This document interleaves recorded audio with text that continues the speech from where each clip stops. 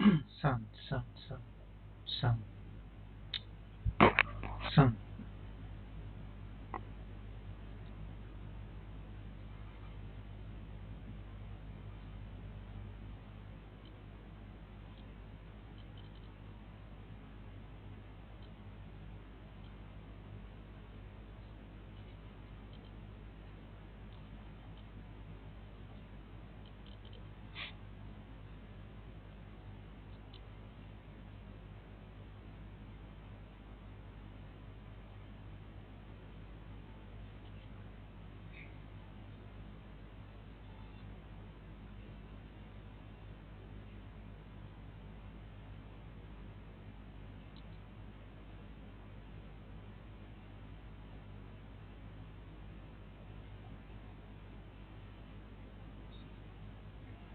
Sound, sound,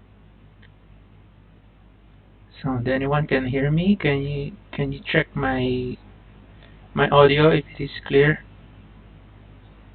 Sound test mic sound check.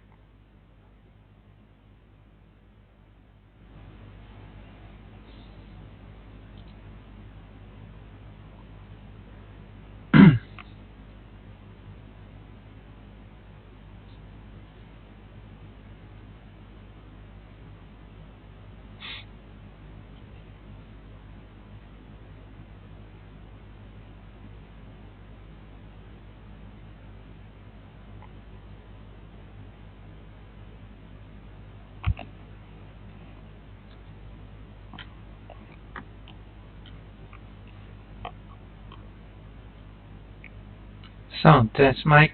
Can you hear me? Anyone can hear me okay? Can you see my screen clearly? So we still have a little under 30 minutes before we start.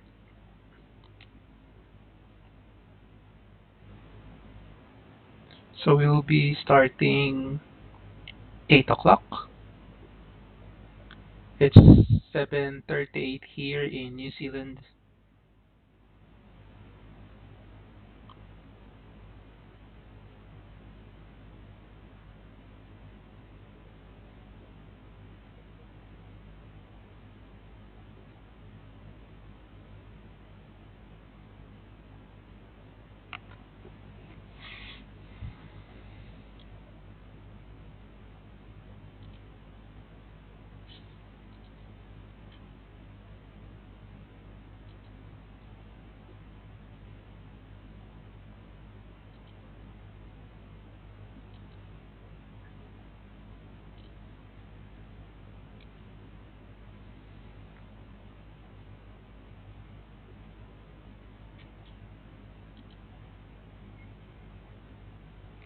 Thank you, Failu.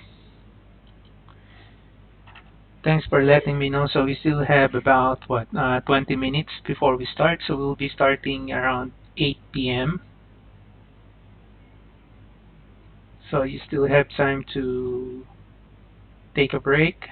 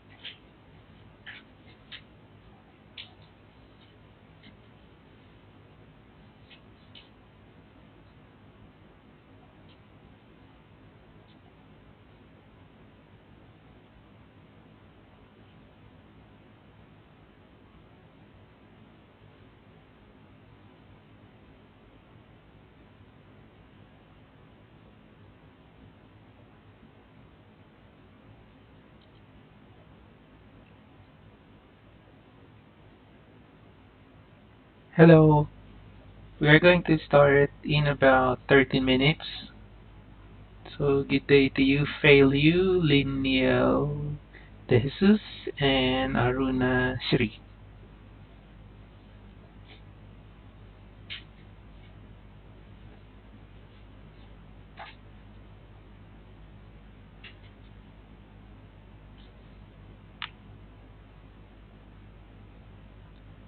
So I hope you can hear me clearly and see my video clearly as well.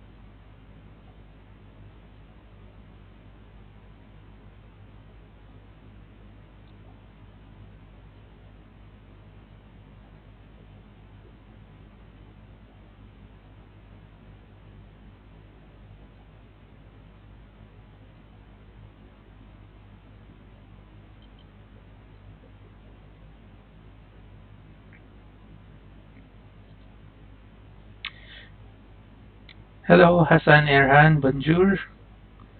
So we still have a little 10 minutes more before we start.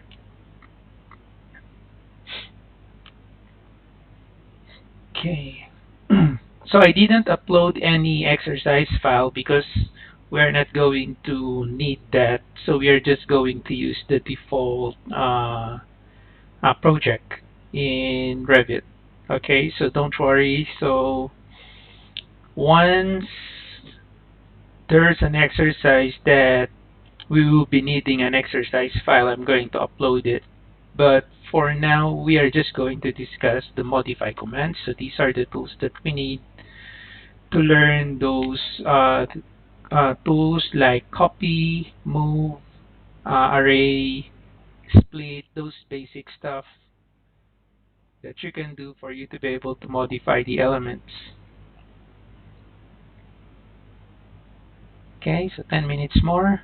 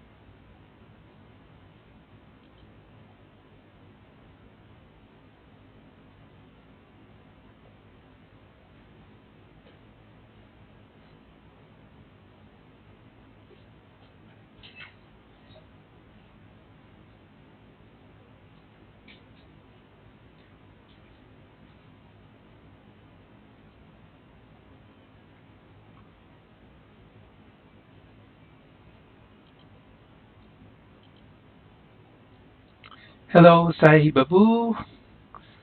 Hello, I'm from India.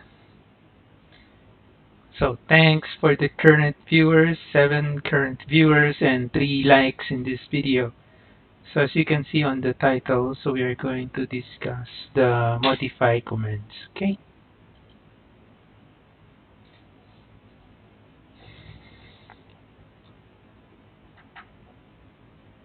Okay, so next time we're going to start again at 7:30. But for today, just 8 p.m. will do. So 5 minutes more.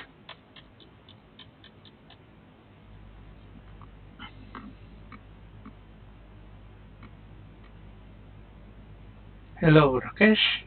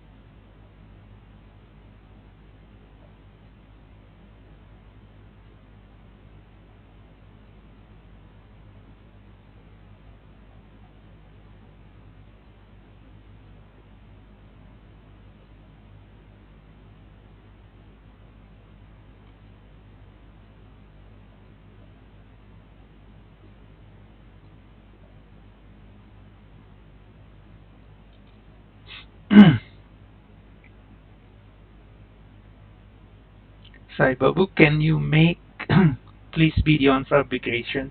I don't actually use a fabrication, but if ever we're going to use that, definitely I'm going to create a video of fabrication. But I believe I already have some video of fabrication. It's just so happened that most of it I already forgot how to use it. It's a good thing it's already uploaded in YouTube.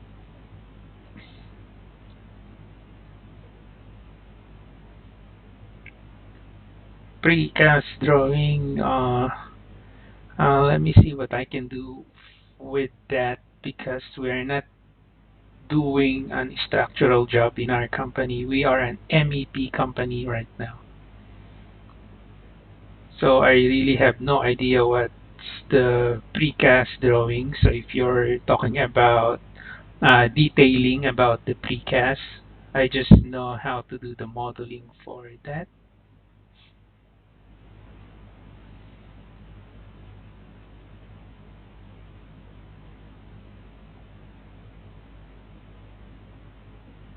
Okay, I'm gonna check where is that link, and then I'm going to send it to you.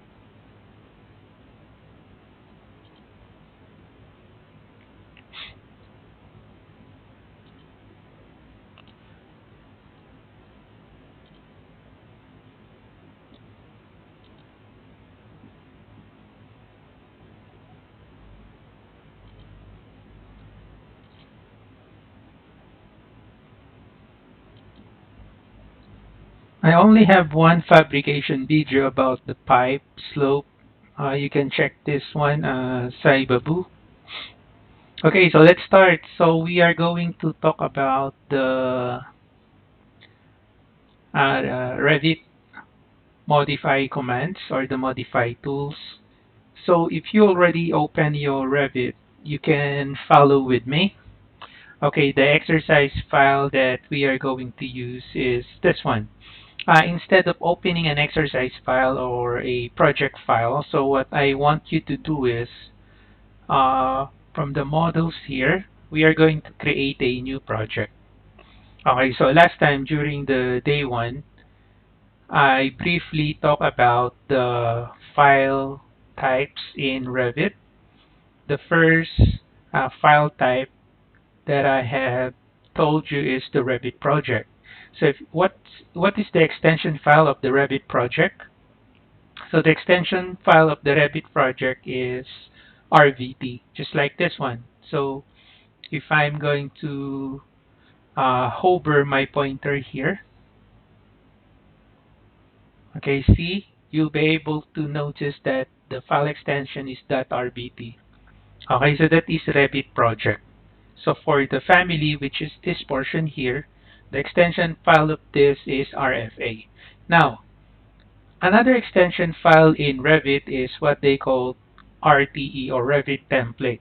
Okay, so what we are going to do is, I want you to go to the new here, this one.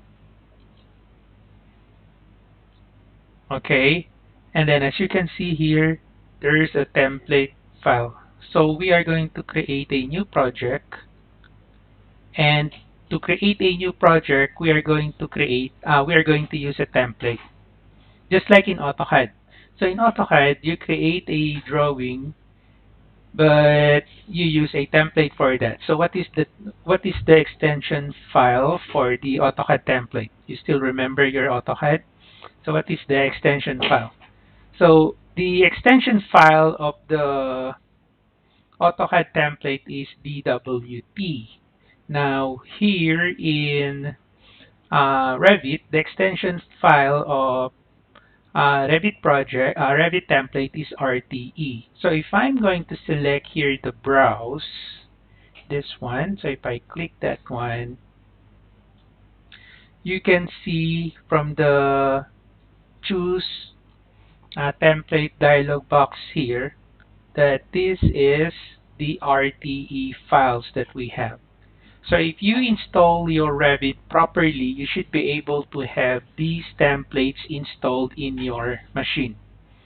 Okay, so this is the third file types in Revit, RTE. So the first one is RVP, which is Revit project. The next one is RFA, which is Revit family. And then the third one is RTE, which is Revit template. So in Revit, when you create a project, you use a template. Okay, so that's why it is very important that your BIM manager set up first the Revit template so that he can incorporate all the settings, all the line types, all the colors of the pipes, your ducts, the line types of your walls, your columns, your framings, incorporated inside the template, so that every time you create a project, you only need to use your company template, and then all the settings will now be there. Now for this exercise that we will be doing, we're just going to use a template here. We are going to use default metric. Okay. So by the way, I'm going to cancel this one. You will notice here when I selected new, here on the new project from the template file, you will notice that I already have here presets of templates.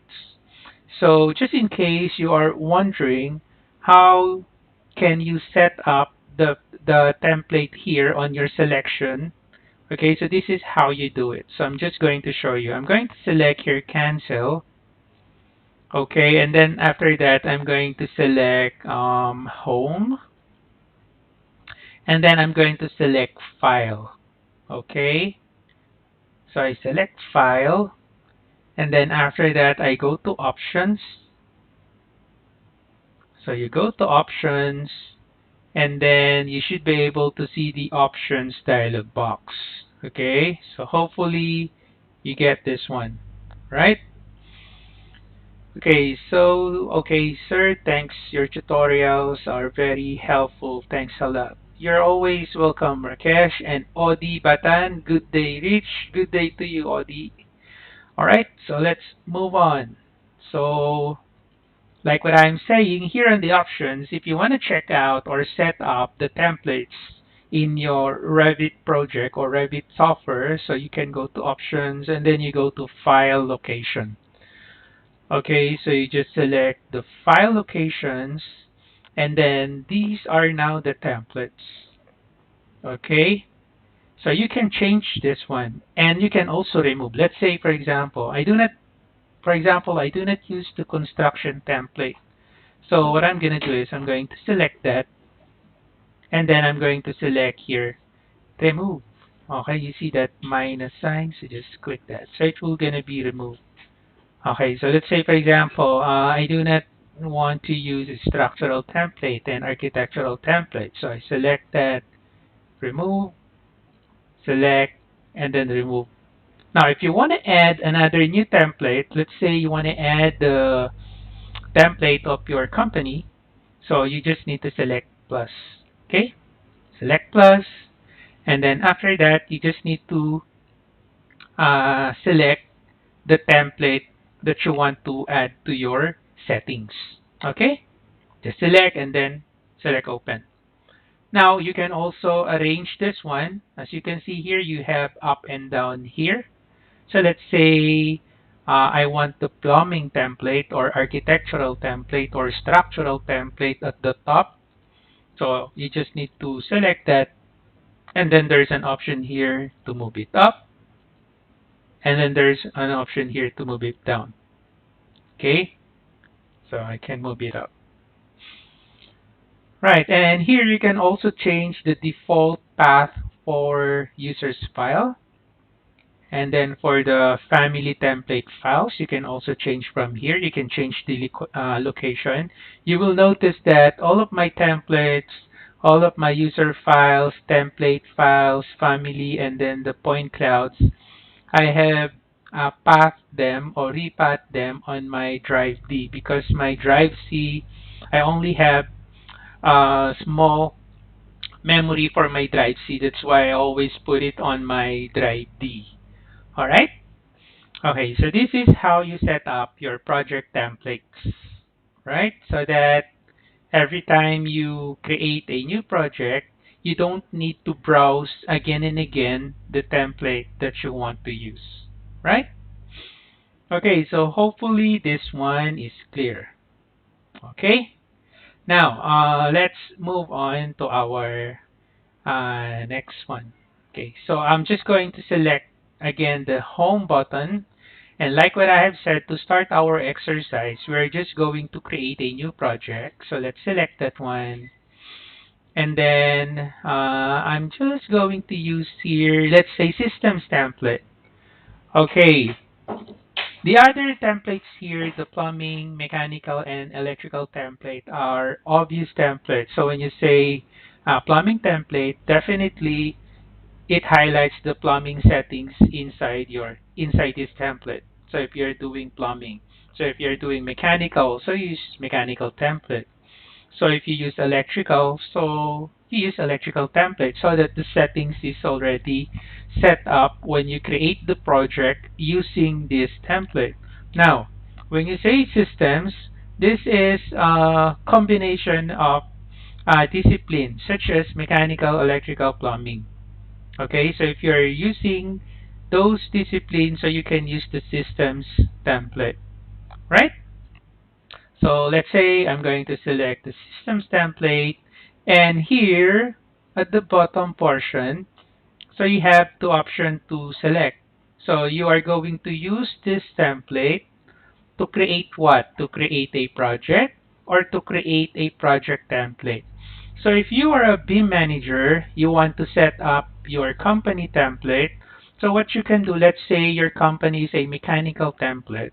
So what you can do is you can select your mechanical template. Oops, sorry. Mechanical template. And then after that, you can select your project template. So meaning to say, you will be using this mechanical template to create a project template. So you can customize the project template to create your own company template. So you just need to select your OK. So after that, it will create a template file. So let me just quickly show you. So I'm going to select here OK. So as you can see, I selected here project template. So I'm going to select OK. And once I created the project, it's not actually a project, but it's a template because you select project template. Okay, so let us just wait.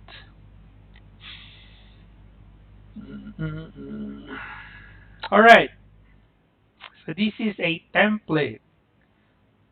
Okay, so you can now do the settings that you want here. So you can modify the project browser. You can edit you can add you can add the line types, the line weights, the colors, different systems of your project.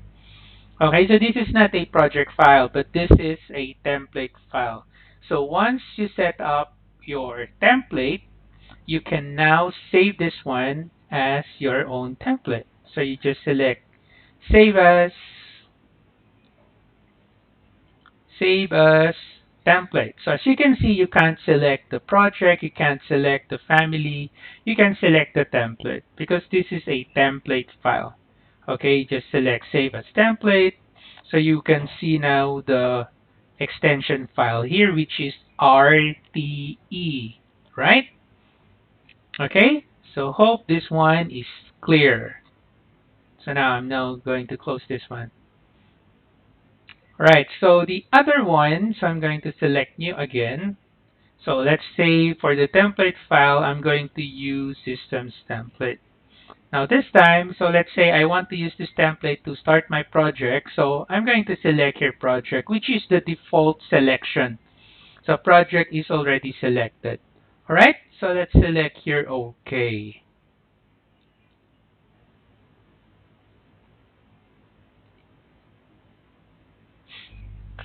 All right, so hopefully that one is clear. So we're not going to set up our template. So next time I'm going to show you the basic way of editing your project. Okay. All right. So let's do this. All right. So now, so remember I have used my systems template. So like what I have said earlier, it is a combination of multiple disciplines. So if you are going to take a look at the project browser here, you can see that I have the electrical discipline, I have the mechanical discipline, and also I have the plumbing discipline, right? Okay, because I have selected the systems template. So if I selected electrical template, I can only see here on the project browser electrical template, electrical settings here, the electrical discipline. And if I select mechanical, I can only see here mechanical. So if I only select plumbing template, plumbing RTE, so I can only see here on the project browser the plumbing, right? So basically that's how it works. So this is the system template. So it's a combination of the three disciplines. All right, so now just a quick review. So what is this portion that we called here? Do you still remember? Okay, do you still remember this one? Okay. All right, so what's this? Okay, you can put it on our chat board, on our chat, if you still remember. If you do not, if you don't remember at all, that's all right. That's life. You still remember?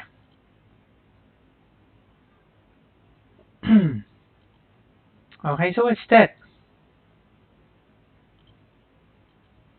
Okay, so all right, so I think already forgotten. So this one here. just a review, this is our title bar. Okay, so this is the title bar, and then this is the ribbon tab, and then we have the ribbon panel, and then we also have the buttons here. This one we know it's obvious, that's the project browser. And then we also have the options bar. Okay, remember this is the options bar. And then this portion here is your quick access toolbar. Anyway, so we are going to discuss some of the modify tools here in Revit. Okay, so what are those? Okay, so what I'm gonna do is okay, so I'm already on the electrical discipline. So my current view is 0-mech. So let's say, for example, I'm going to add here an air terminal, okay, or diffuser. Okay, so I'm going to select the Systems tab, and then after that, here from the HVAC panel, you can see there the air terminal. Or you can also type AT. Okay, so let's say I'm going to select the air terminal. So I'm going to click that one, and then I'm going to place it here. Okay, so I'm just going to zoom in. Okay, so I'm just going to zoom in. So there's my air terminal. So I'm going to click one. Remember, if you do not know what to do, you need to read your status bar here, right? So as you can see, you just need to click to place a free instance. You just need to click, and then you can actually press space bar to rotate your object. Okay, remember that you can press before you pick, you can press the space bar to rotate your element.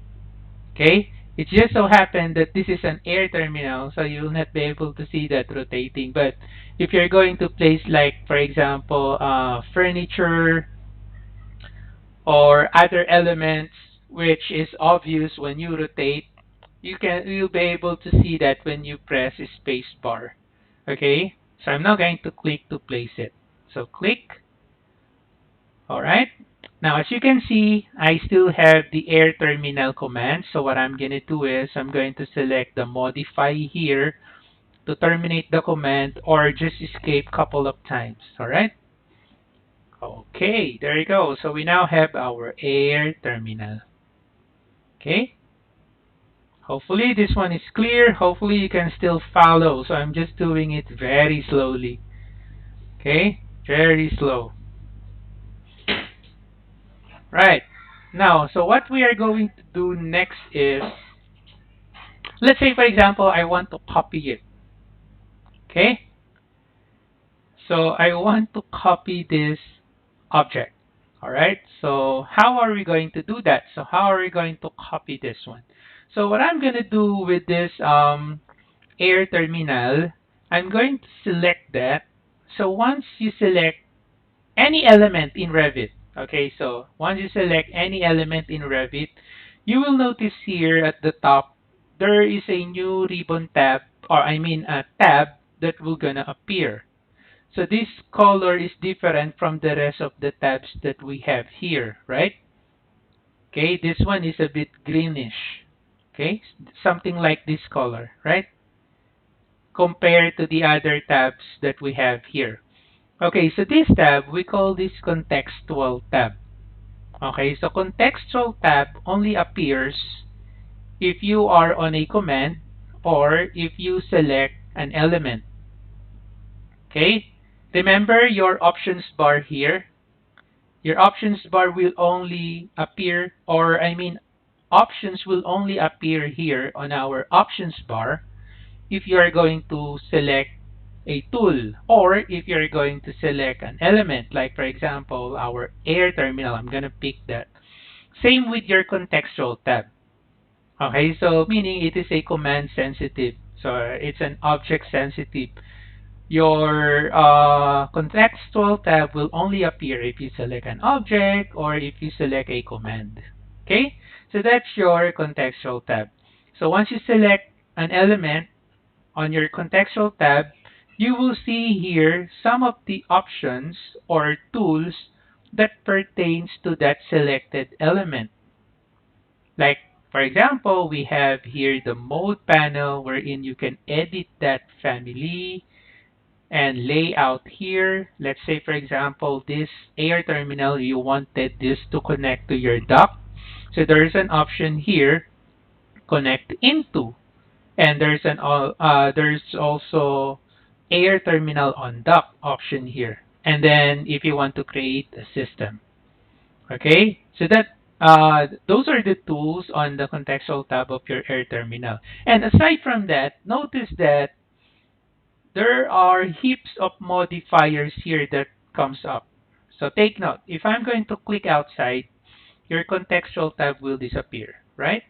So it disappears. So what I'm going to do is I'm going to select the air terminals. So there's the contextual tab, and then we will gonna see here modifiers, the modify tools. Okay?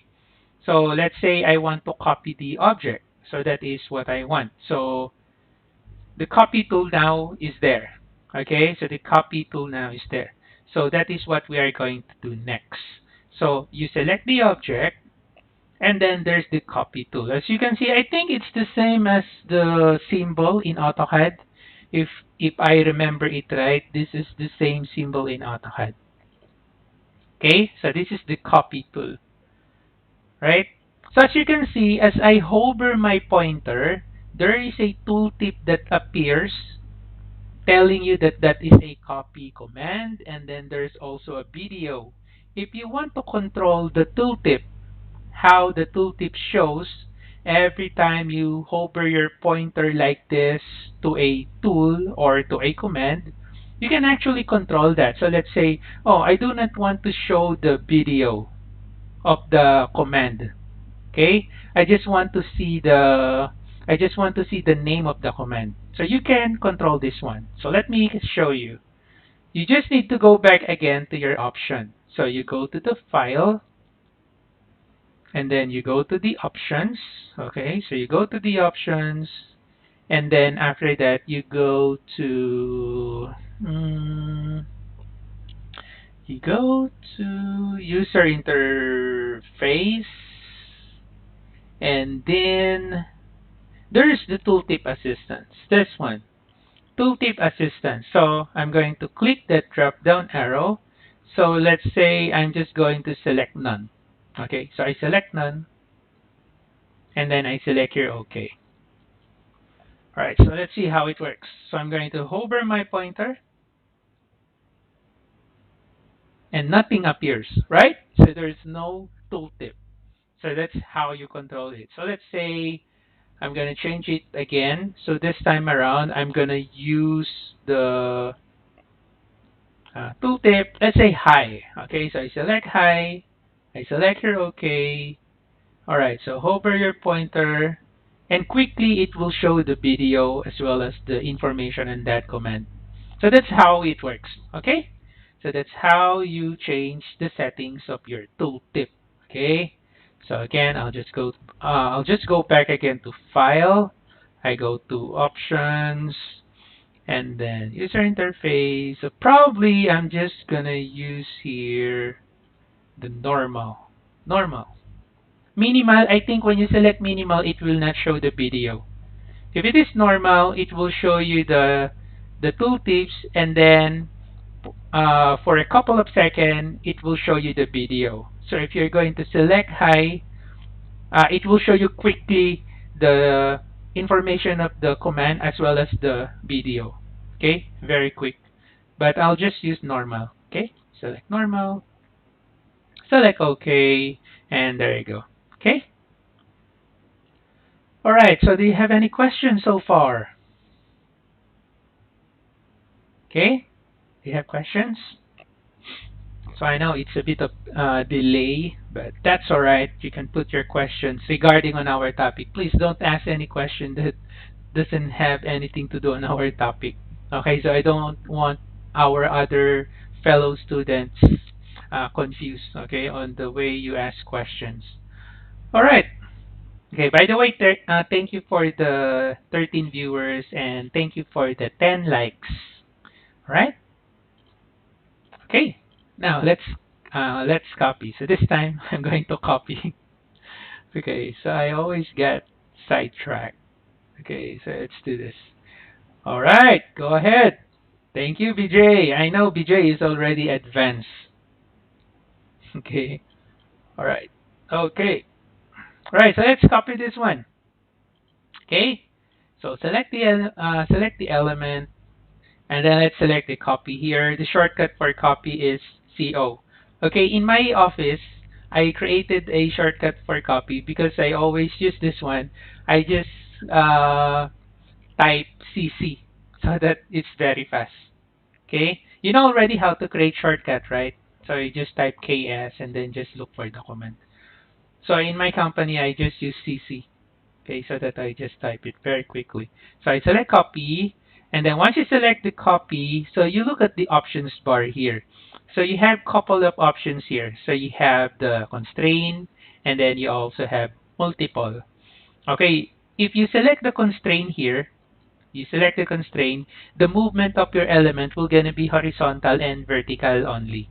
So it's like ortho. Okay, it's like ortho in AutoCAD. It's like you activate F8.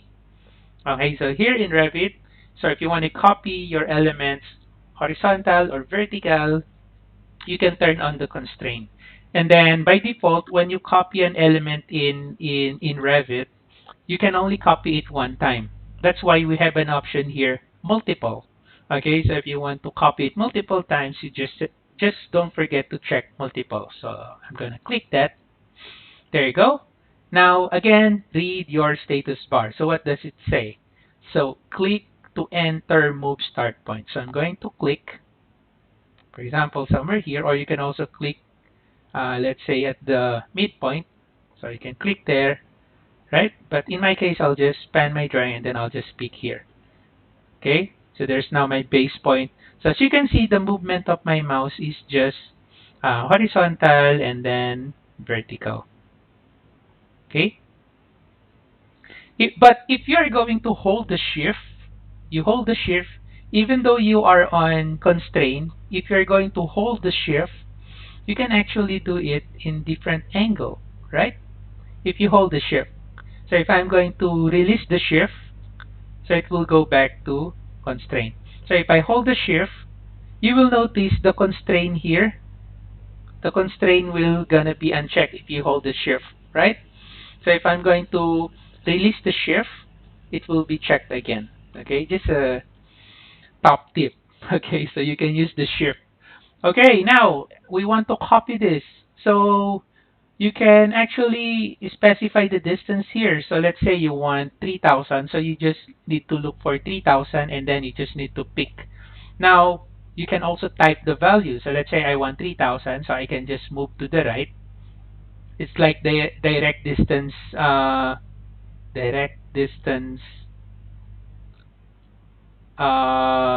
coordinates, something like that.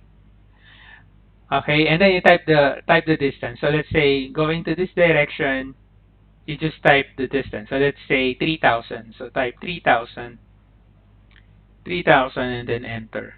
There you go. So as you can see, the command will not be terminated because you are on the multiple uh, option. So let's say I want to copy this 4,000. So I just go there. Or let's say I want to copy it above 4,000. So I'll just type 4,000. So it's just like that. So very simple. Okay, so that's how you copy. So once you're done, you just need to escape a couple of times, or again, I always select here modify. Okay, so that's how you copy. All right, so do you have any question? Okay, hello, Anbarasu. Hi, sir. Okay, so that's how you copy. So it's not that difficult. The way I copy the air terminals is also the way you do that in other elements. Okay, in other elements. Okay, this is the standard. So this is the standard way of copying an element in Revit.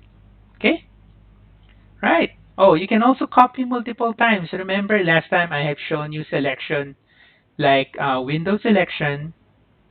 And then I also teach you crossing selection like that. Okay, just a review. Window selection, you need to make sure the element is inside the box. Otherwise, if they're not completely inside the box, you will not be able to select it. Okay, just as you can see in this scenario, I can only select one air terminal. But if I'm going to move it to this manner, okay, placing all the air terminal inside the selection box, I'll be able to select 3 air terminals. Okay, so that's your window selection from left to right.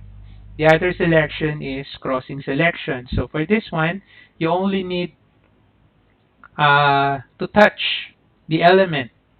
It doesn't needs to be inside the box. So once you selected or touch the element, it will be selected. Okay. And of course, you can click, you can hold control to add elements to the selection. So you can also do that. Okay. So again, you can copy, select copy, you pick the base point, you can specify, you can uncheck the constraint here. Let's say you only want to copy this once, so you can just uncheck multiple. Let's say you want to copy it to this direction, 45 degrees, okay? Let's say 10,000, 45 degrees, enter. There you go. Okay? So that's how you use the copy tool, right? All right. Good evening, Miss Anna Lucette Lareza. All right. So let's move on. Move on. Move on. So let's move on so that we can discuss many modifiers. Okay. So let's say you want to move. Oh, by the way, another way to copy. Top tip. Another way to copy. Let's say you want to copy this object. So I click that. So instead of using the copy tool, so if you just want to copy this at random distance, so what you can do is select the object, hold control. Okay, you hold control and then you can drag this to copy. See? There you go. Again, how to do that? Select the objects or object that you want to copy and then hold control, you drag the object, let's say somewhere here. You can copy it at a random place. There you go. So by just selecting the object and then hold control and then you drag the object. Okay. Right. All right. Next. Okay. So for the next one, move. Okay. So move is just like copy, but this time we are just moving the object. So let's say I'm going to select the air terminal. There's the move command. So I select the move. Okay, so for this one, since we're just going to move the object, you will notice that multiple here is unchecked. But this join here is now enabled. So again, there's the constraint, but there is also here the disjoin. So if your object is constrained, so you can select the disjoin here so that you can force move the object. Okay, so just in case you can't move that, you just need to check the disjoin so that you will be able to move it. So basically that's how it works. So I'm just going to pick, I'm not going to use the constraint here or the disjoin, so I just want to move the object. So I'm going to pick the base point and then just move. Okay, so actually, even if you do not check the constraint here, you can actually align it vertically like that, just like in AutoCAD, right? Just like that, okay? And then again, you can also type the distance, okay? So let's say I'm going to copy it below, okay? 5,000, so I just type 5,000, enter, okay? So that's how you do it, right? So very simple. So we don't need to spend so much time on move. Because actually, you can select the object and then without holding control, just select the object and then just drag it so you can move it randomly, right? Just like in AutoCAD. So AutoCAD is also like that. All right. Okay, so hope this one is clear. Let's move on. So now the next modifier or modify command that we are going to use. Let's go to the modify tab. Okay, so there is this align command. Okay, so what is this align command? All right, so align. So let's say, for example, what I'm going to do is I'm going to just create a line. Okay, I just want to create a line. Line. So let's say I'm going to create a line here. Just a line. To create a line, you just need to go to Annotate, and then you just look for the detail panel, and then look for detail line. So the shortcut for detail line is DL. So you see the definition of detail line. It creates view specific lines. Okay, so what does that mean? When you say view specific elements, or in our case, view specific lines, it means you can only see these elements in the view where you have drawn it. So let's say you draw this line, your detail line in your section view, you can only see that on section view. If you draw your line on 0-mech floor plan, you can only see that on the 0-mech floor plan. Okay? Because we have another type of line. Okay, another type of line that we have, if you go to the architecture tab, we have here on our model panel, we have model line. Okay, so model line, it creates a line that exists in 3D space and is visible in all views of a project. Okay, so that's the difference. Detail line, we only use that in detailing. Okay? Model line, we use that if we want to have a reference that we want to see as well in 3D view, or let's say in section view as well. So you create model line. But if you're just going to create just a reference line, like you only want to see that in your current view, then do not create model line. Because anyway, since it's just a reference, you may want to delete that. Okay? So you just create a detail line. Okay, so no need to create model line. But of course, you can create model line. Okay, so it's up to you, right? But in our case, we're just going to use detail line. Okay, so select detail line, annotate, you go to the detail line. All right, just select that one.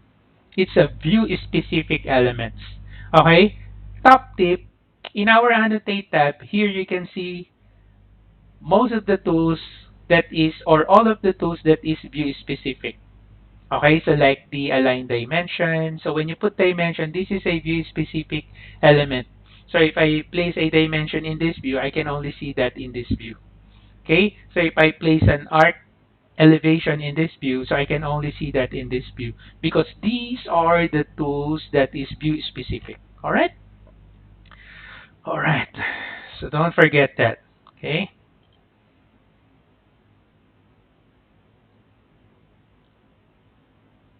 Okay, so we have a question here. If we use this join option, it may affect other object properties. No, it will not affect other object properties.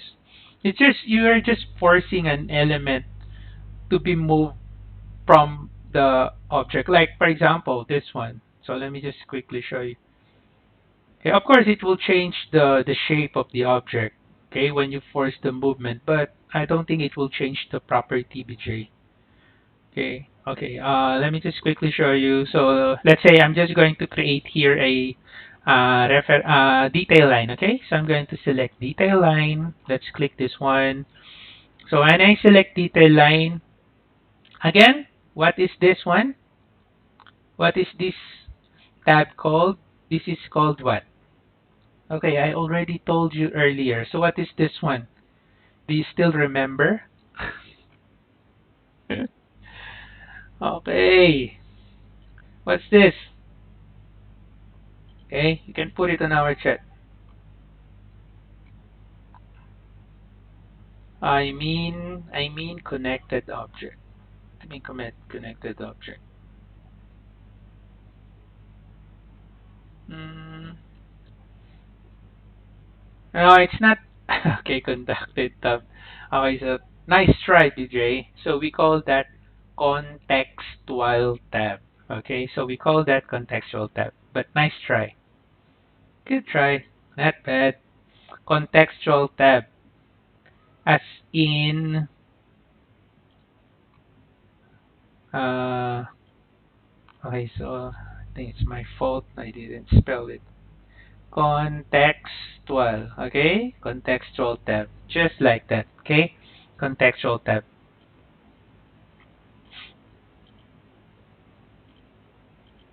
Right. Now, for your question, no, it will not change the property. Okay, it will not change. Of course, it will just change the shape of the object or the layout, but the property is still there. Okay, if you disjoin it.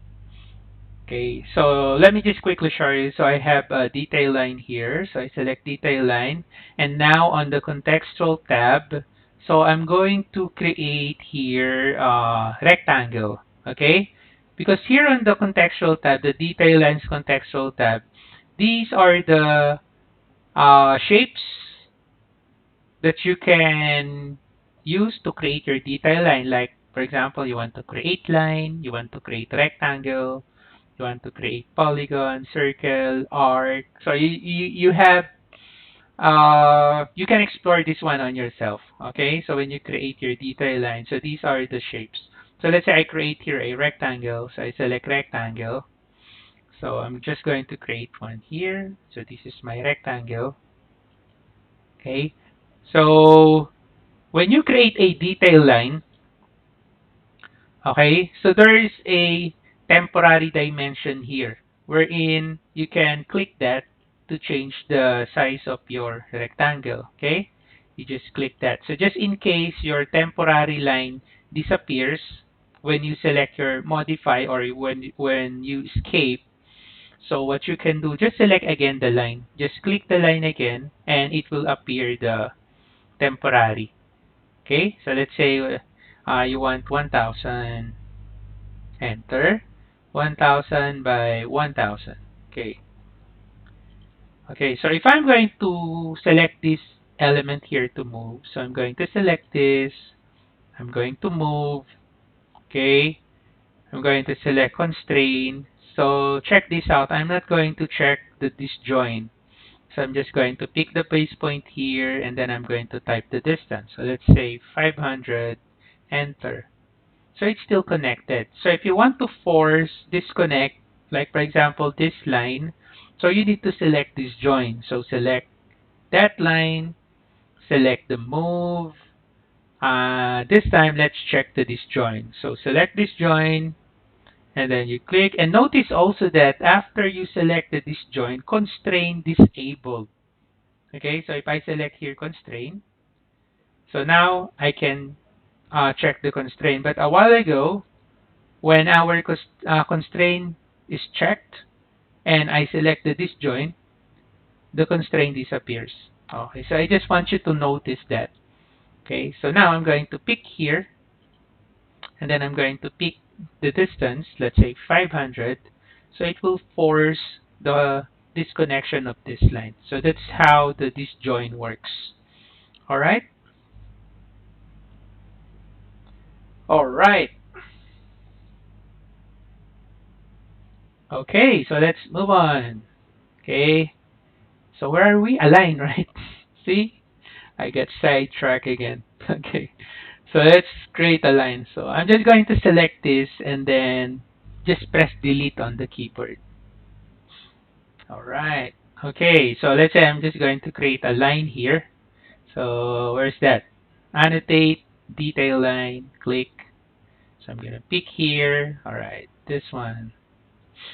Okay, so let's say for example, I'm going to align all of these air terminals to this line here. Okay, so how are you going to do that? So just use align. Okay, so just go to the modify tab and then you just select align. Shortcut for align is AL. Okay, AL. So just like in, I think in AutoCAD, align is also AL. Okay, please correct me if I'm wrong.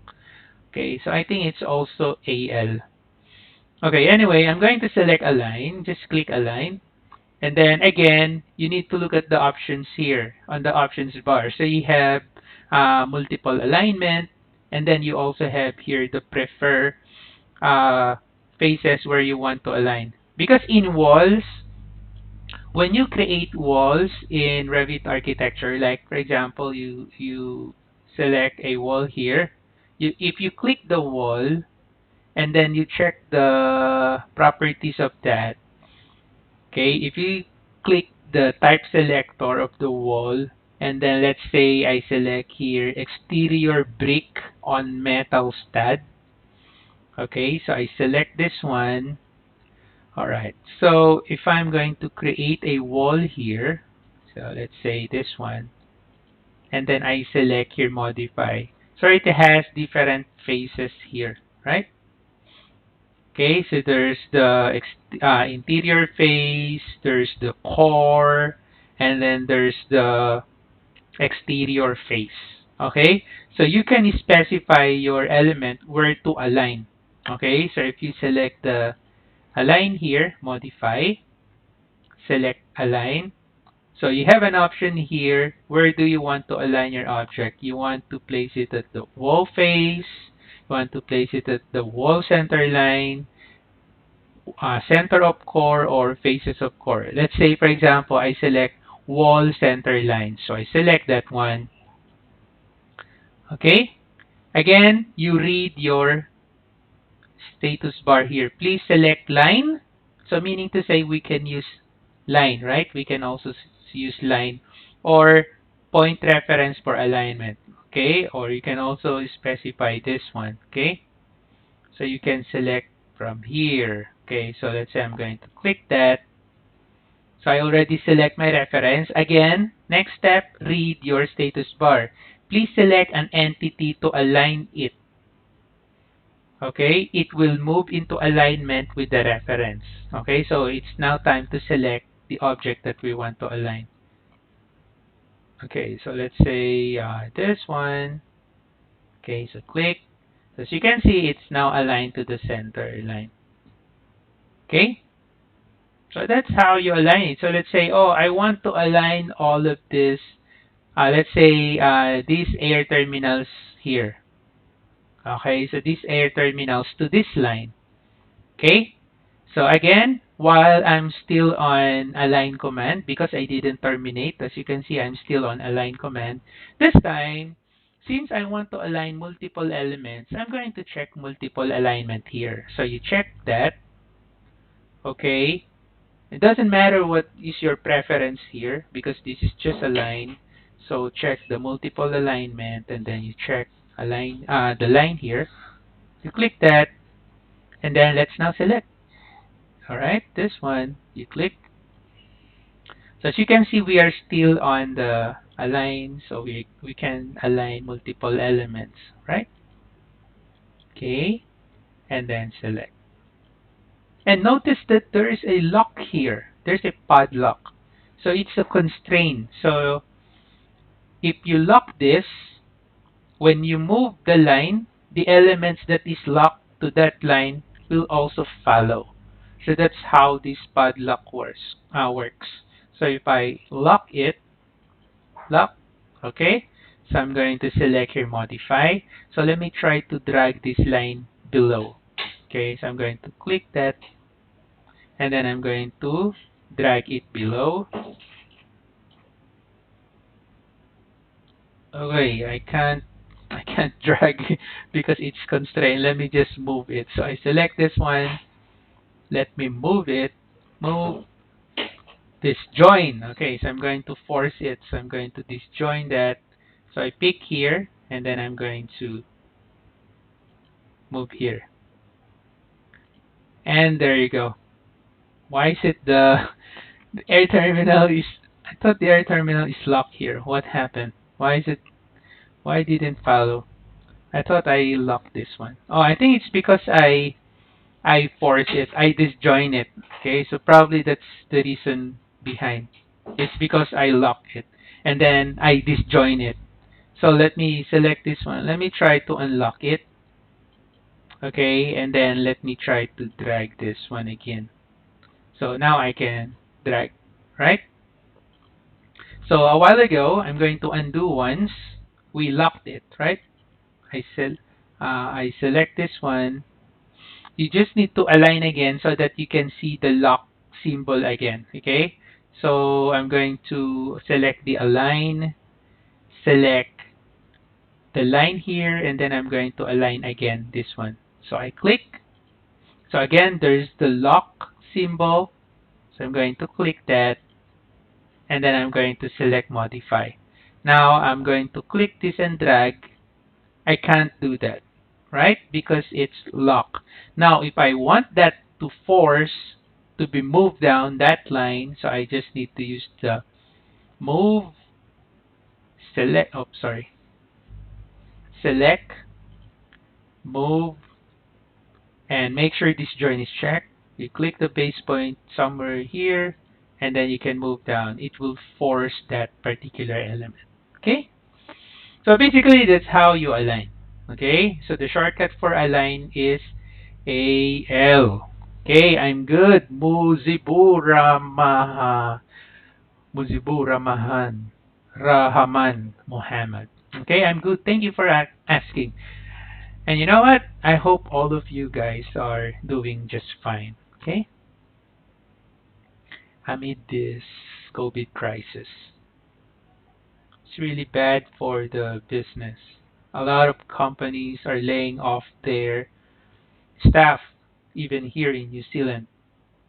Actually, in Auckland, in North Island, the biggest city in New Zealand, the Auckland, they are on lockdown until August 26th because there's a cases. There's a community transmission happens couple of days ago. So it's locked down. So it's level 3. So here in South Island, where we stay, it's level 2. So there should be social distancing. Anyway, let's go back to the topic. Okay, so we know the copy, we know the move, we know the align. This one is offset. Okay, shortcut is OF. Offset. So how to do the offset? So as you can see on that video, see? So you are offsetting the wall, right? So let's say, for example, let's create a duct. Okay. Okay, so I'm just going to create a duct here. So I'm going to select systems. I select duct. Okay, so there's the duct. I'm going to pick one here. I'm going to pick another one here. Okay, and then I select here modify. Now this duct that I have here, okay, how about I change the background so you can see the duct. Okay, so file, options, let's go to the graphics, let's go to the background, let's make it white. Okay, okay. There you go. So there's our air terminal, our duct.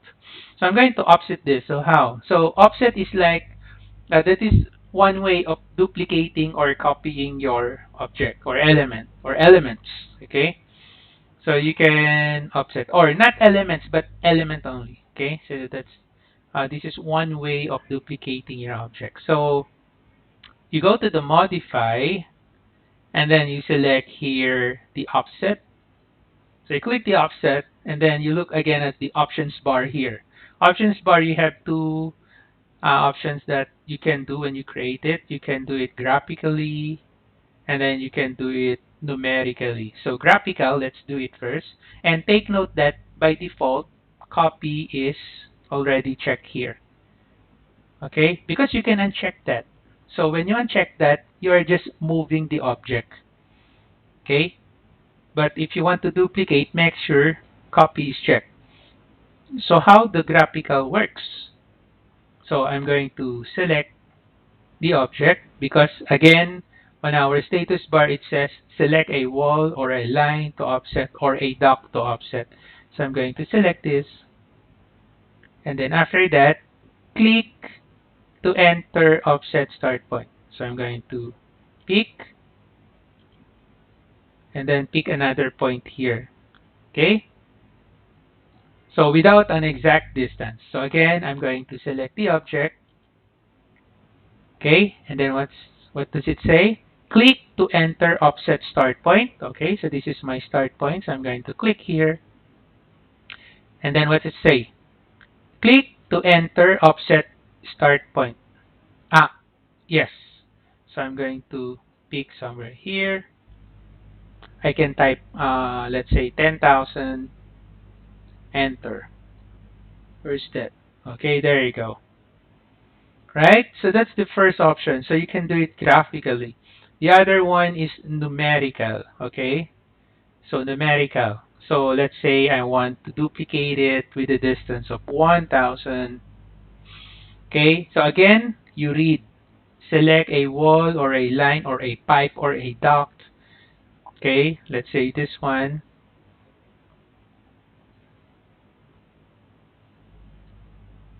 Okay? You click. There you go. You click. Right? Okay? You can see the preview, right? The preview is at the right side. Okay, so let's say this one. Okay, so I want to duplicate that. There you go. See? Right, so it's like AutoCAD. Right? So if you are going to uncheck the copy of your offset, you're just going to move that. Okay, for example, this one, right?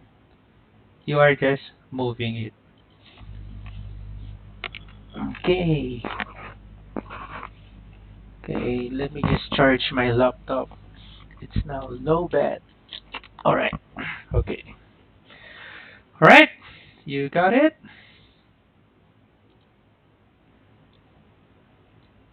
All of you, hopefully you are all safe. Okay.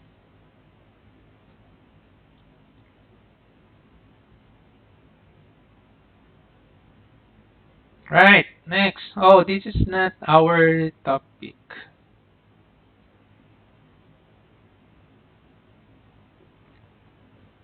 Okay, so next time we're going to do this Muzipur because it's under Revit Mep.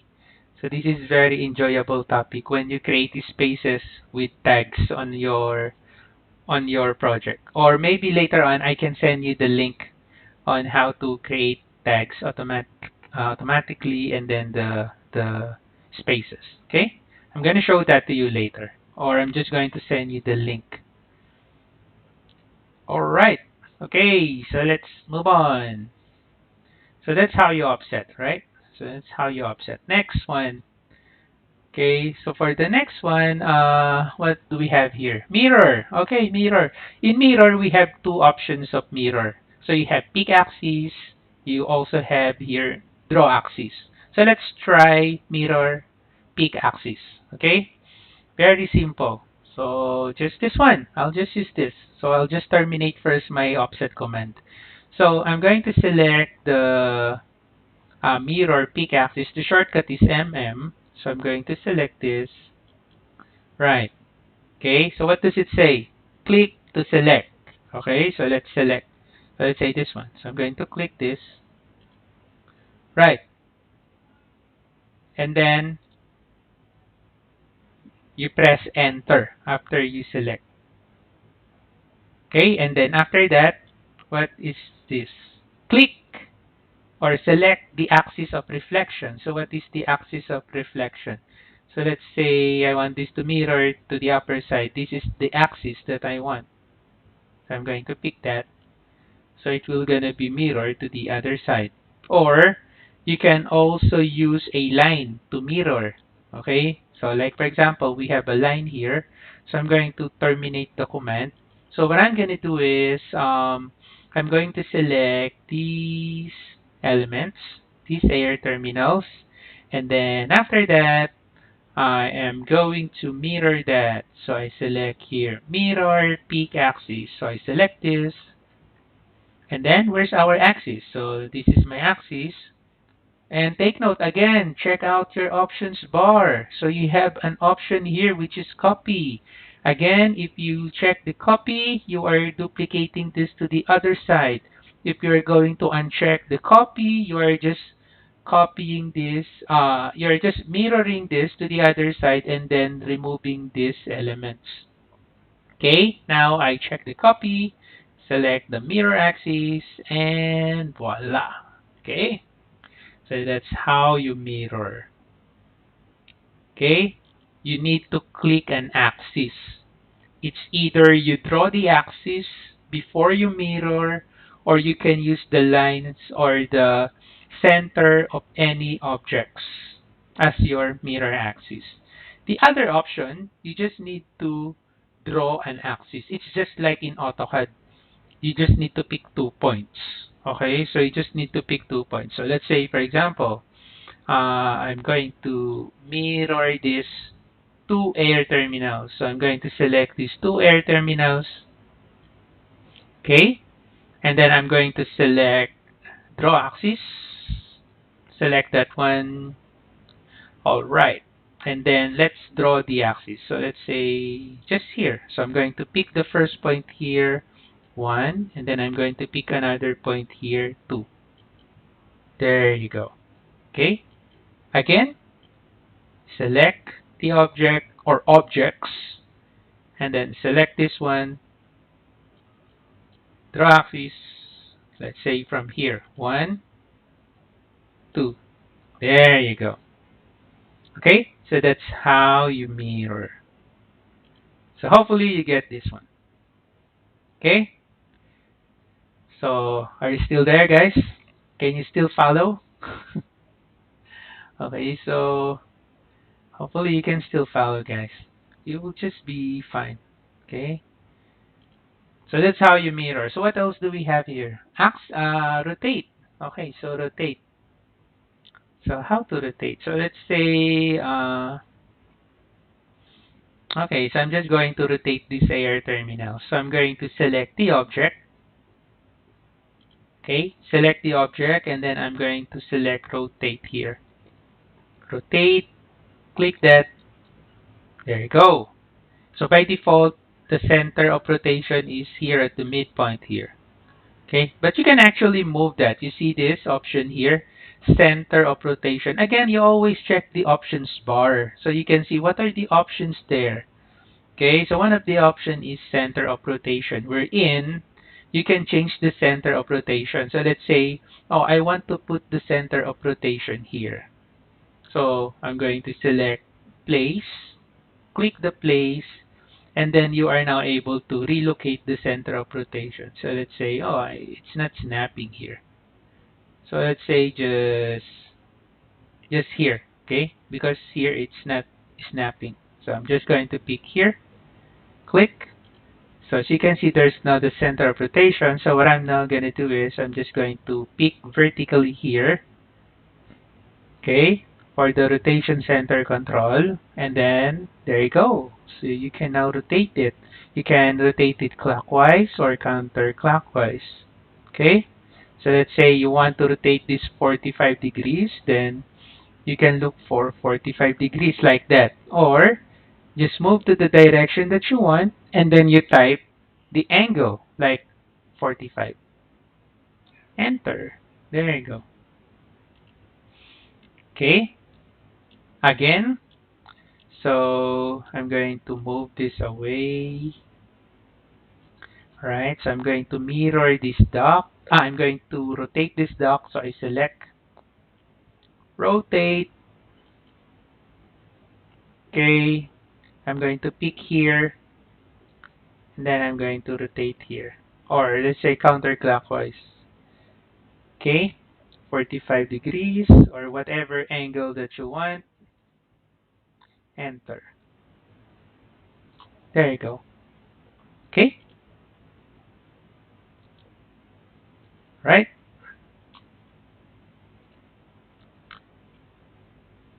Hello, Embo Jenny Sipanda. Hello, how are you? Okay, next. I know this one is boring, but for the beginners, this is very important. By the way, when you rotate, there is an option there. So I select the object, rotate. Okay, so we know already disjoin. We know already copy. When you use copy, as you rotate, it will duplicate the object. It will remain the original, and then you will be copying a new one with an specified angle. So that's how the copy. And then this join, you know this already. If you want to force it, okay, angle, okay, you can specify the angle. So because a while ago, we are picking the base point, right? Like that, and then we are typing the angle like this. If you want, you can also add, or you can just specify the angle here. So like, I'm going to select the object, and then I'm going to select rotate. Or you can specify already the angle here. So I'm going to type, let's say 45. So what I'm going to do is I'm just going to pick here, and then I'm just going to press enter. Okay? And then there you go. Okay? So that's your rotate. So what else do we have here? So we have here, okay, trim, extend to corners. As you can see here, in this tool, you have, you actually have two commands here. It's either you trim or you extend to corner. So meaning you are creating a corner, okay, 90 degrees. So how is this working? So what is this trim, extend to corner? Very simple. So let's say I'm just going to click this, and then you see that endpoint of the dock. You can actually drag that, and then you can change the angle. You can rotate like that, right? You can force it, okay? You can change the angle, okay? Right? Just like that. So let's say, for example, I want this two dock to be connected. Okay, so to do that, I'll just need to use trim extend to corner. The shortcut is TR. So as you can see on that animation, you are extending the wall. So this time, we are going to extend the dock. So I'm going to select trim extend to corner. You select that one. And then again, you read your status bar. Select the first line or wall or pipe or duct or conduit or cable tray. Okay, so click on the part you want to keep. Okay, so remember this one. This is very tricky. Click on the part you want to keep. Okay, so I'm just going to pick here, one, and then I'm going to pick another one here, two. There you go. Okay, so in a manner, it creates an extension, right? So if I'm going to undo this one step, okay, and then I'm going to terminate my trim extend to corner tool by selecting modify. I'm going to click this, and then I'm going to extend that dock. So let's say here. So let's say, for example, this time, I want this portion here to be deleted. So I want to create a corner here. So again, I'm going to use trim extend to corner. Okay, so you need to select the part that you want to keep. So this is the part that I want to keep. So I'm going to select this, and then I'm going to select this one. There you go. Okay? Hey, it's not difficult to understand. All right. So that's how your trim extend to corner works. This is very useful in ducting, in piping, in creating walls. Okay, so this is very useful. That's why in my office, I usually put my trim extend to corner here on the quick access toolbar, or I can just type TR. Okay, I always use this one. Thank you so much, Muzibur. So I also wish you great health for you and your family. Okay, so if you are not able to select your wall, so does that means, BJ, you are using a template? Okay, you are using mechanical or systems template, but when you create the wall, you cannot select it. So this is what you do. Okay, so this is what you do. Class, take a look at this one. Okay, because you might encounter this one as well, just like what BJ is encountering right now. Because he said that he just made a wall in his screen, but he was not able to select it. Okay, so this is what happens. Okay, because you might encounter this one as well. Check out this one, guys. Okay, you see, I'm going to terminate my modify. In this template, we have used systems template, wherein in this template, it highlights the electrical, it highlights the plumbing. Okay.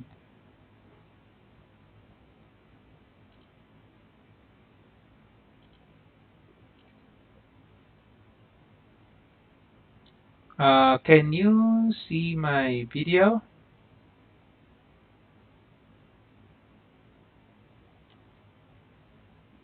Can you see my video?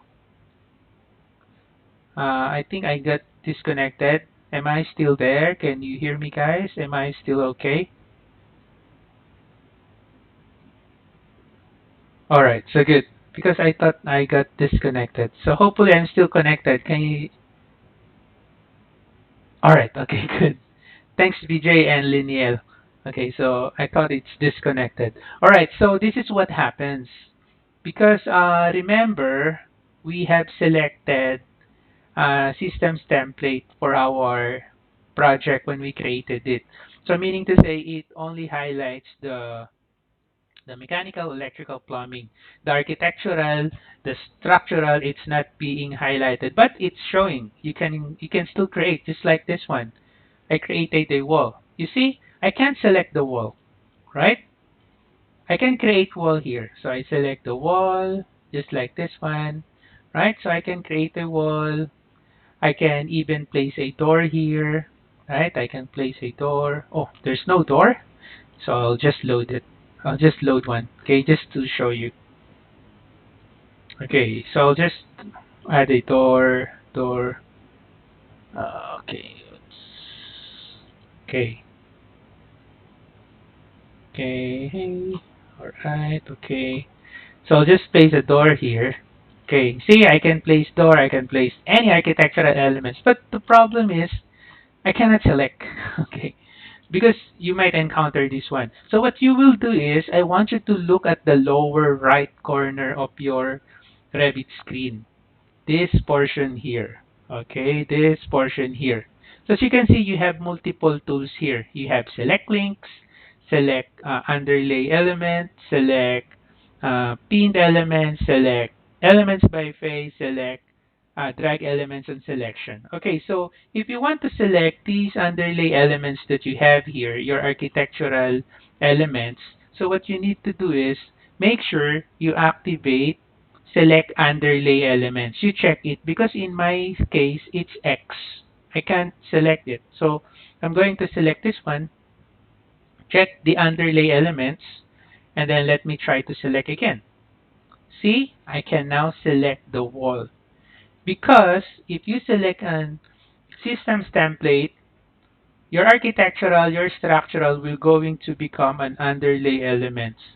Now, there are some instances that you do not want to move accidentally your underlay elements. Okay, it doesn't need to be your architectural or structural. Any other underlay elements. Let's say, for example, you do not want to move it accidentally. So to do that, you need to disable your select underlay element so that we cannot select it. Okay? You cannot move it accidentally or delete that. But just in case you want to edit that, you want to move it, you want to delete that, so there's your answer. Make sure you activate select underlay elements. Okay? Yes, it's working. Of course, it will work. Oh, you didn't see that.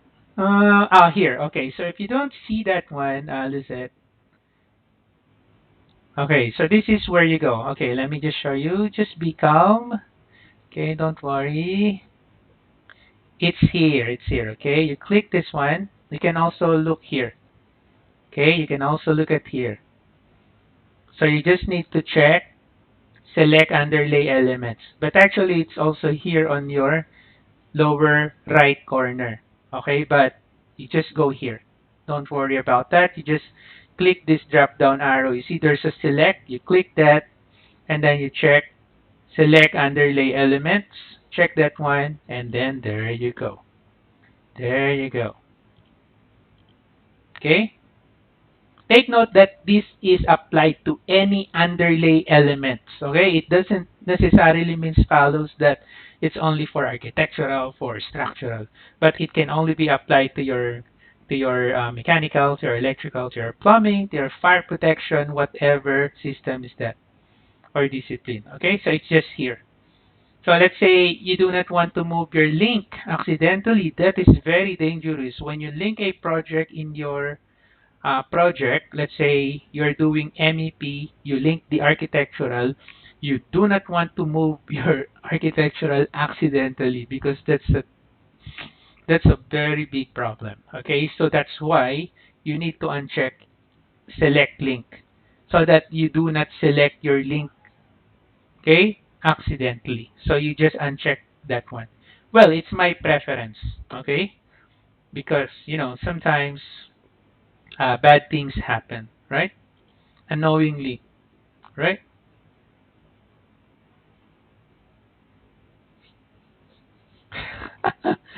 Oh yeah, I remember my picture, my video, my face is there.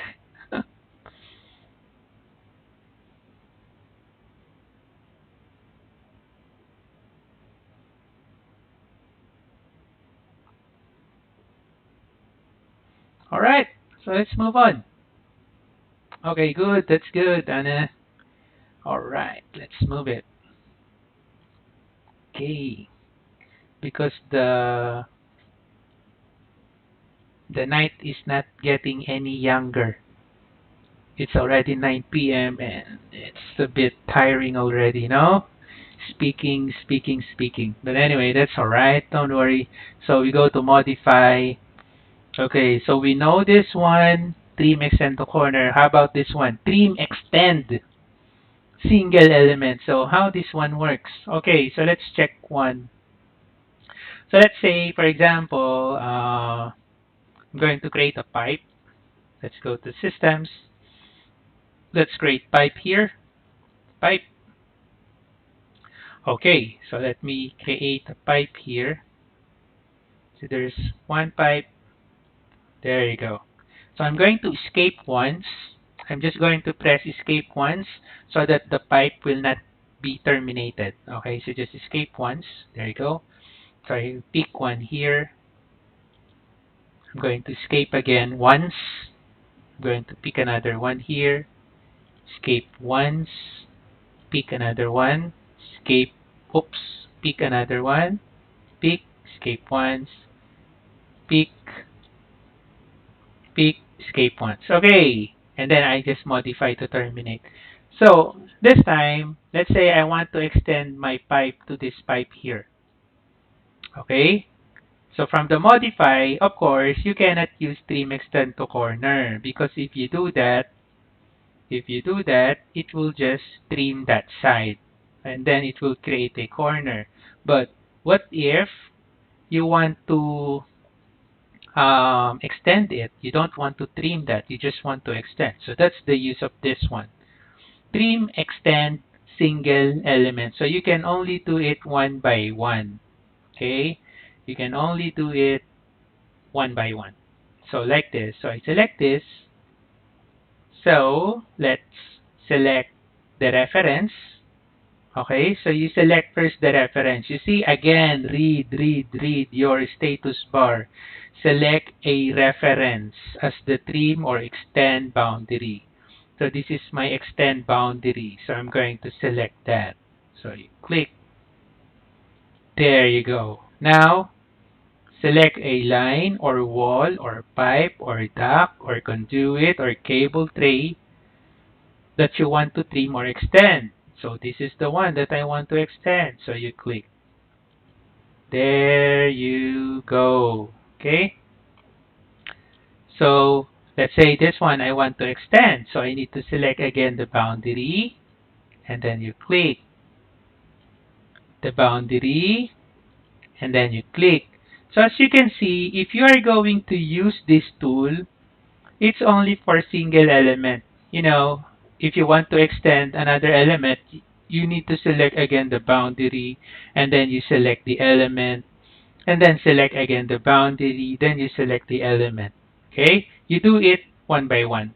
Now, this other option that we have here is for multiple elements. Okay, multiple elements. So how is that? So I'm going to undo it again. So undo, undo, undo. Okay. So this time, I'm going to use trim, extend, multiple elements. So let's click this one. Alright, so let's now select our boundary. This is for multiple. So I'm going to select this boundary. Okay, now I'm going to click the object that I want to extend. You see? Right? I only need to select the boundary one time.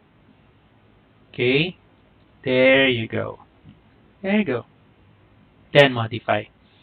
So that's how it works. Hope this one is clear.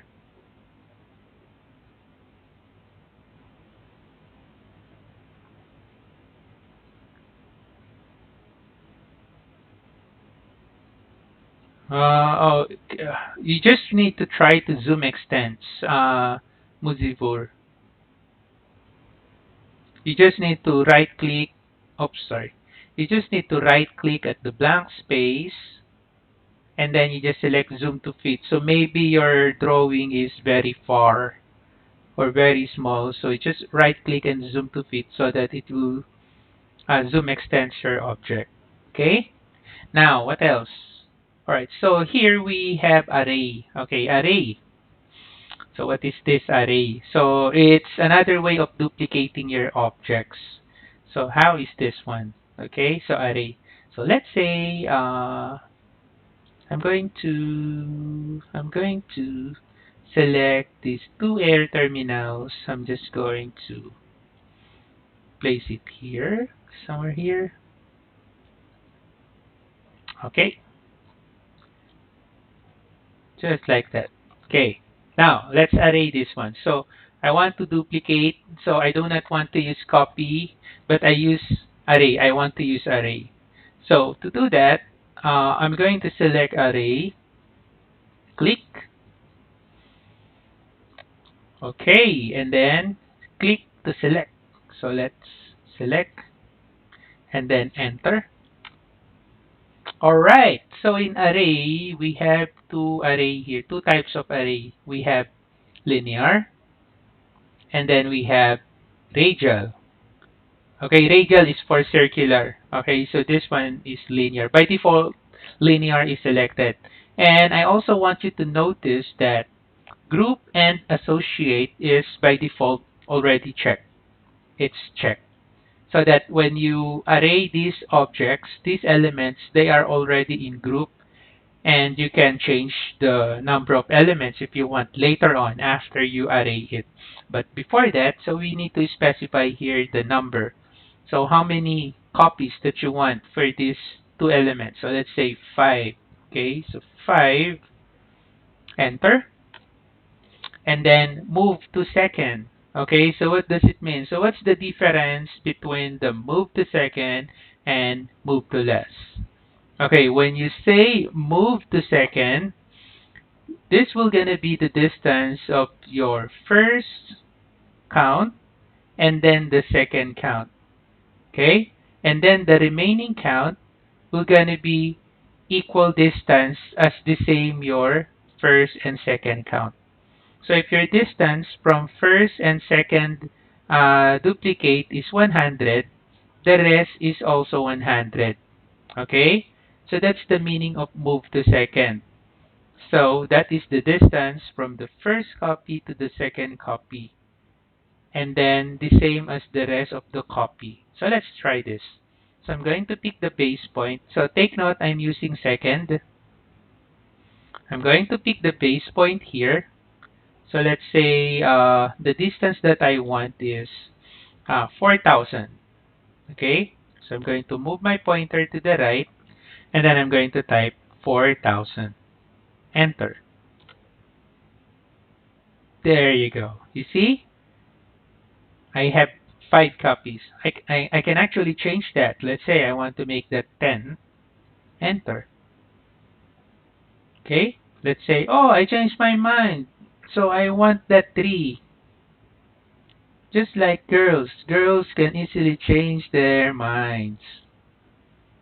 Okay, so let's say 4. Enter. See? Right? They are already grouped and associated because when we array that, the group and associate option is checked. That's why they are associated. See? If I select any of the copy, they are already associated. I can change the number of it, right? So what's the distance? The distance between the first line and then the second line, the first copy and then the second, the first element and then the second copy here, the distance is 3000, I think, right? So copy, I mean, dimension, you can just click dimension from here to here. Oh, so it's 4000. So we selected 4000, right? So as you can see, it's 4000, 4000, 4000, 4000, right? And then you just click outside. So that's how it works.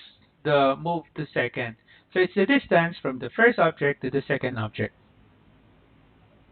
Okay? Hey, good morning from Brazil, Pedro Jose. So it's already evening here. It's 9:26 p.m. here in Christchurch, New Zealand. No, we are not having a great time here in New Zealand because of COVID. Okay. Anyway, going back, let's do this. Okay. So hopefully you understand the move to second. So how about the move to last? So let me just grab another air terminals here. All right. Okay, so let's use array. So I'm going to select again the elements that I want to duplicate. And then I'm going to select here array. Okay, array. Okay. I'm going to uncheck group and associate. Okay, I'm going to uncheck this time. So let's see what will happen. Uncheck. And then let's say number of copy 5.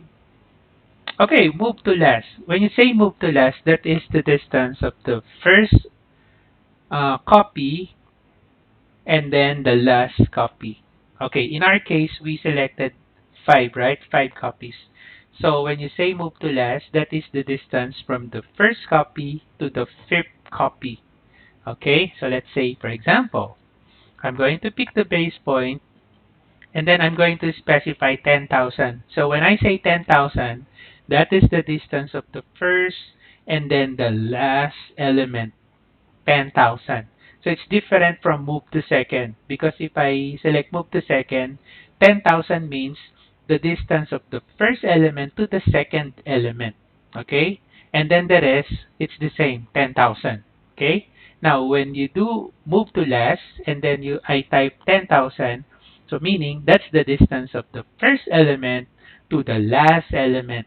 And then the rest of the elements will gonna be equally divided between the first and last object. Okay? Right. So 10,000, 10,000. Enter. There you go. See? So if I'm gonna put dimension again, center to center, this should be 10,000. Right? And also take note that if I select any of the elements here, they are not in group and associated. So they are all individual elements, unlike here, right? Wherein they are in group. Okay, we can change the total number, right? So we can do that. Okay, so we can make it. We can change because they are group and associate. So this one is not group and associate. So it's up to you. So sometimes it is ideal not to group it so that you can just move it easily like that, right? You can move it.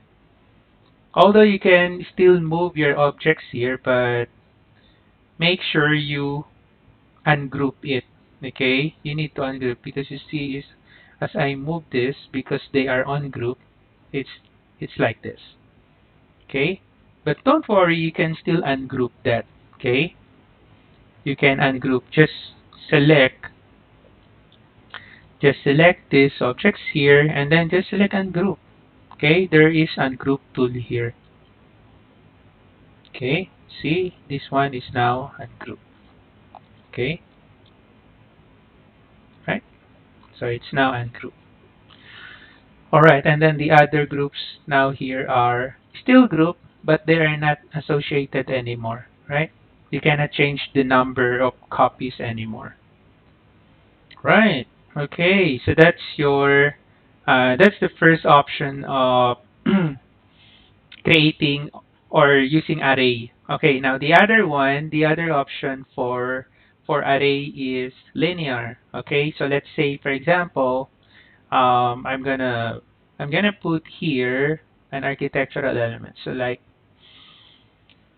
for example, oh, I'll just create detail line. Okay, so create a detail line here. This one.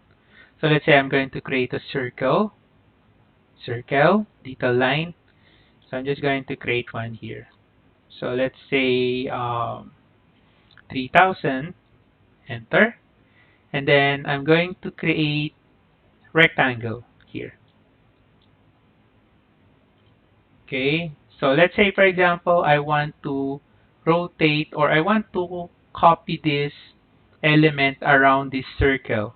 Okay, so I can use the other option of array. So I'm going to select the objects that I want to array.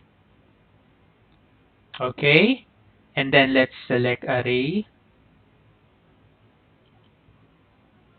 Okay, and then let's use radial array. Okay, so radial. So we know already the linear. So let's use radial. So I select radial. Again, let's group and associate it. Now, as you can see, the center of rotation is located here. I do not want that. What I want is I want to put the center of rotation here at the center. To do that, I'm going to select place here. So I want to change the location of the center of rotation. So I'm going to select place, click that, and then you snap at the center of this circle. So you click. There you go. So there's now your center of rotation. And now, for this one, I'm going to select move to second. Move to second. So let's say you want to have a copy of 4. Okay, and then move to second with an angle of, let's say, 45. Okay, so I'm going to pick here. Then I'm going to move here, 45. There you go. Click outside. Okay, so you can select, then you can still change the angle there. Okay, right. So another way is that you can use move to less. Okay, so I'm going to undo. Okay, so let's select array. Make sure it's radial, so move to less. Okay, so how many copies? So let's say 8. 8 copies. Okay, and then change the rotation here. Change the rotation. Center of rotation, I want to put that at the center. Okay, so I'm going to pick here. Alright, so I want 8 copies. So I'm going to pick the center of rotation. This time I'm going to type the angle. So I'm going to pick. Alright, so 360 divided by 8. So what is the angle? So let me use my calculator. Okay, so 360 divided by 8. 45. So that's 45. So I know now the angle. So the angle that I'm going to do is I want total number of 8, and then I want the option move to last. So the angle for that, for 360 is 45. What? Wait. I must have selected a wrong one. Okay, so let me try again. Okay. I already forgot how to use this one. Center of rotation. I'm pretty sure that you need to compute it. Okay. So 45. Okay, so how about this one? 45. Let me try again. Okay, 8. This one. So 8.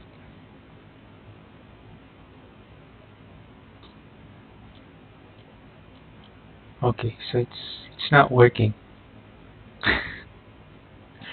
What? Okay, so anyone who knows this one, I'm pretty sure that you just need to compute this one. So place the center of rotation here. Okay, so move to last. So let's say 8. Okay, so I know that it's 360 divided by 8 is 45. So I can type 45 here. 360. No. Okay, so I think I pretty mess up with this one. Last time I only need to compute it. Okay, so 8, move to last, then angle of 45. Why is it like this? Alright, I think I'll just check this one out later. I forget how the idea works on this one. Well, anyway. Okay, so last.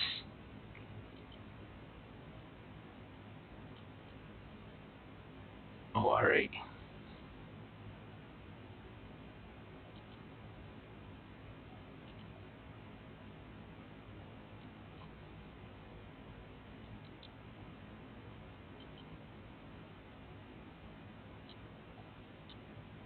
Okay, so I think I pretty mess up with this one. I already forget how to use that. Alright, so let's move on. Okay, so I'll just figure out how to do that again. So probably next time on our next live stream. So we're going to set up the project. So that is what we're going to do next. But before that, I'm going to search for this one first, how to rotate it properly. Because last time, I'm pretty sure I just calculated that move to last. But anyway, okay, so let's move on to the rest of the modifiers here. So we have scale. Okay, so scale, we only use this for 2D elements. Okay, so as you can see on the definition, it's for lines, walls, images, drawings, DXF files. Okay, so you can also use this on your blocks. Okay, but in the 3D view, you cannot do that. Okay, you cannot scale your family or your 3D elements. Okay, so you can only do this on your 2D elements. Like, for example, so we have 2D here. Okay, so we have this rectangle here. Okay, so let me just disjoin this one first. So I'm just going to click this and ungroup. Okay, so let me just move it here. So this is a 2D element. So if you want to scale this one, you can do that because this is 2D. So I select this object and then I select the scale here. So scale.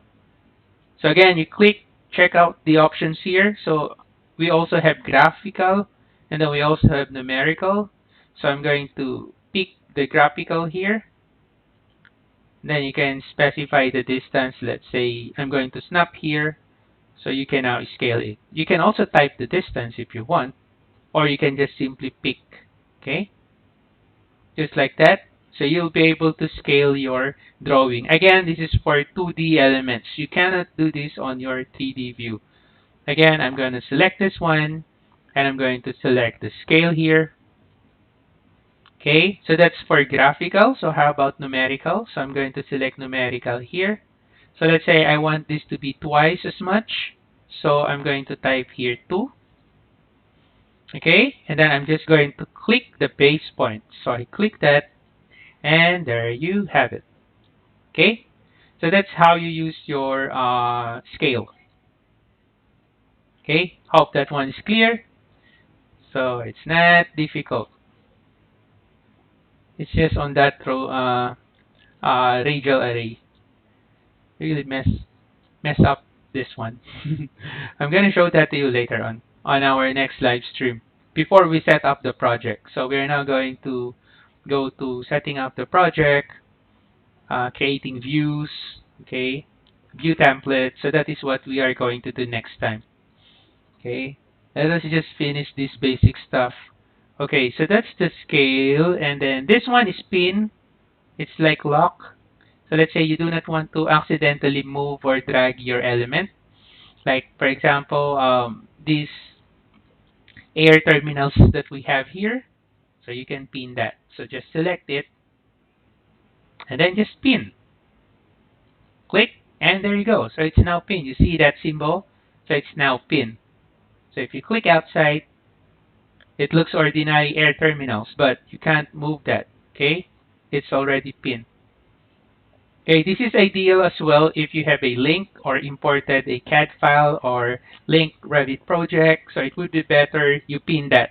Again, so that you will not be able to move that accidentally or unknowingly move your element. Okay, so you pin it.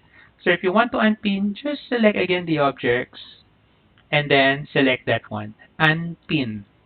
Okay, that is unpin. Now this one is delete. Okay, so it's like you select the object and then you just press delete on the keyboard. So there's a delete on your keyboard, or of course you just select that icon to delete the element. Okay, now we have couple of tools here. So we have split element. So it's like break. Okay, so pretty useful in your ducting, in your piping, conduit. So there are times that you really need to break those pipes to connect to another elements. Okay, so you can use that one. So let's say, for example, you want to break this duct here. So let's say I want this half of this duct here to be changed the size. So I want to change the size of the duct from this point up to this point.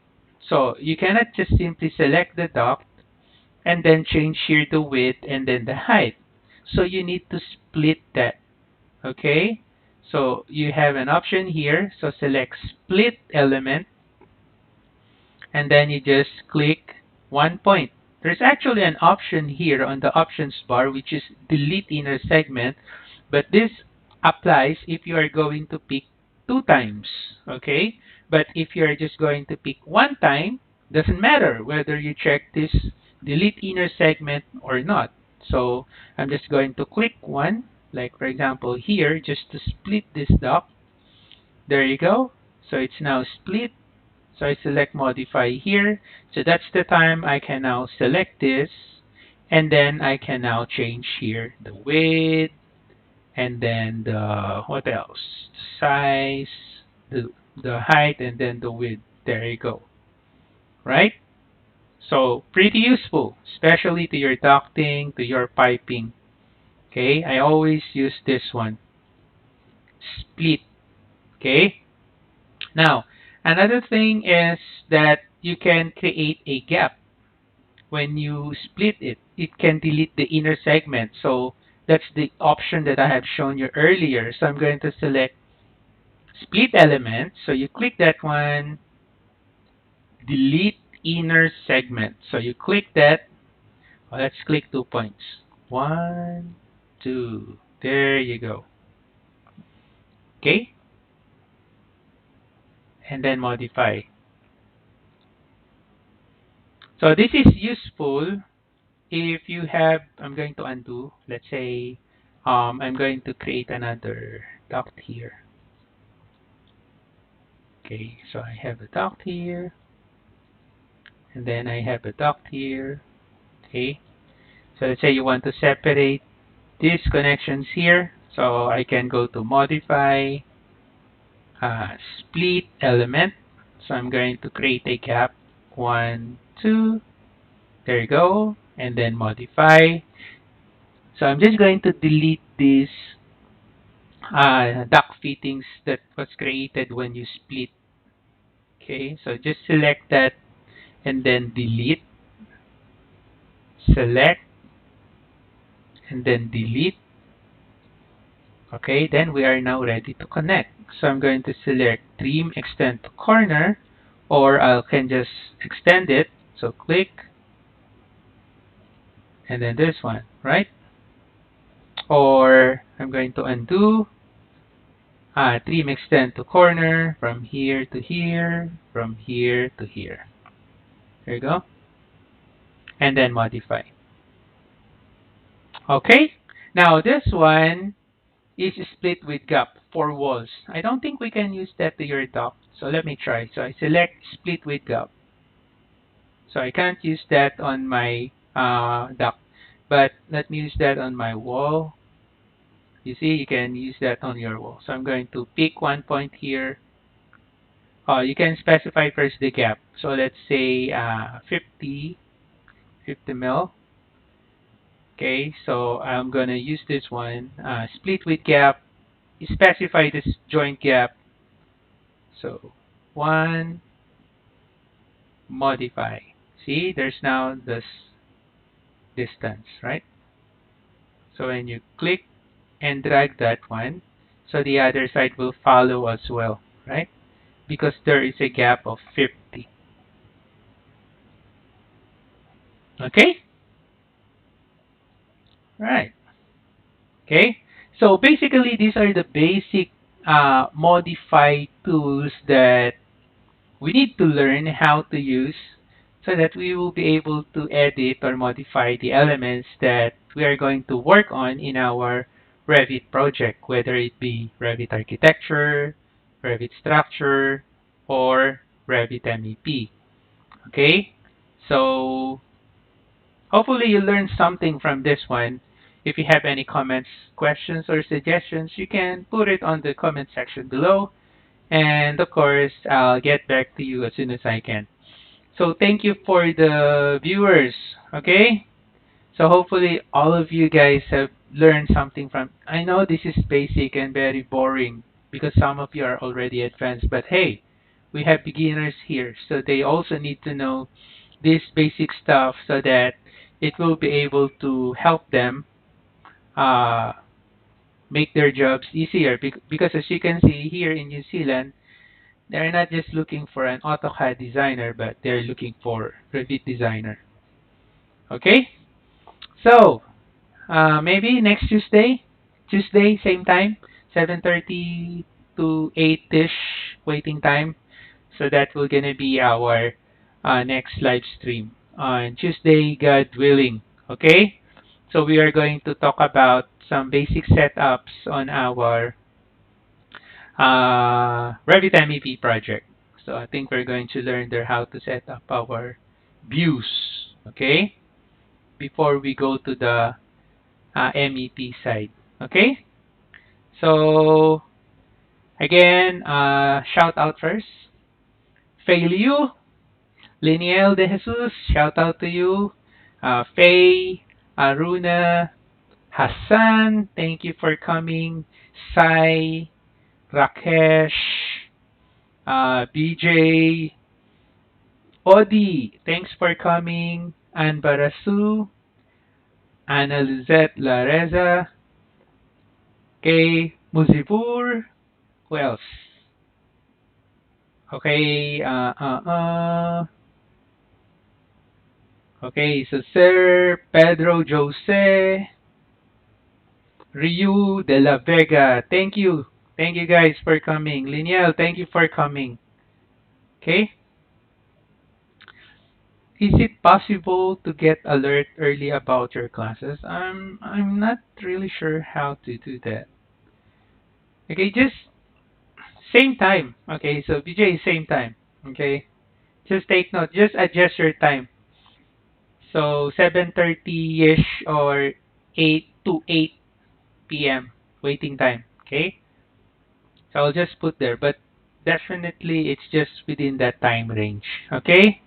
So see you guys. So hopefully you learned something from this one. Okay? So thank you for watching, guys. Have a nice day.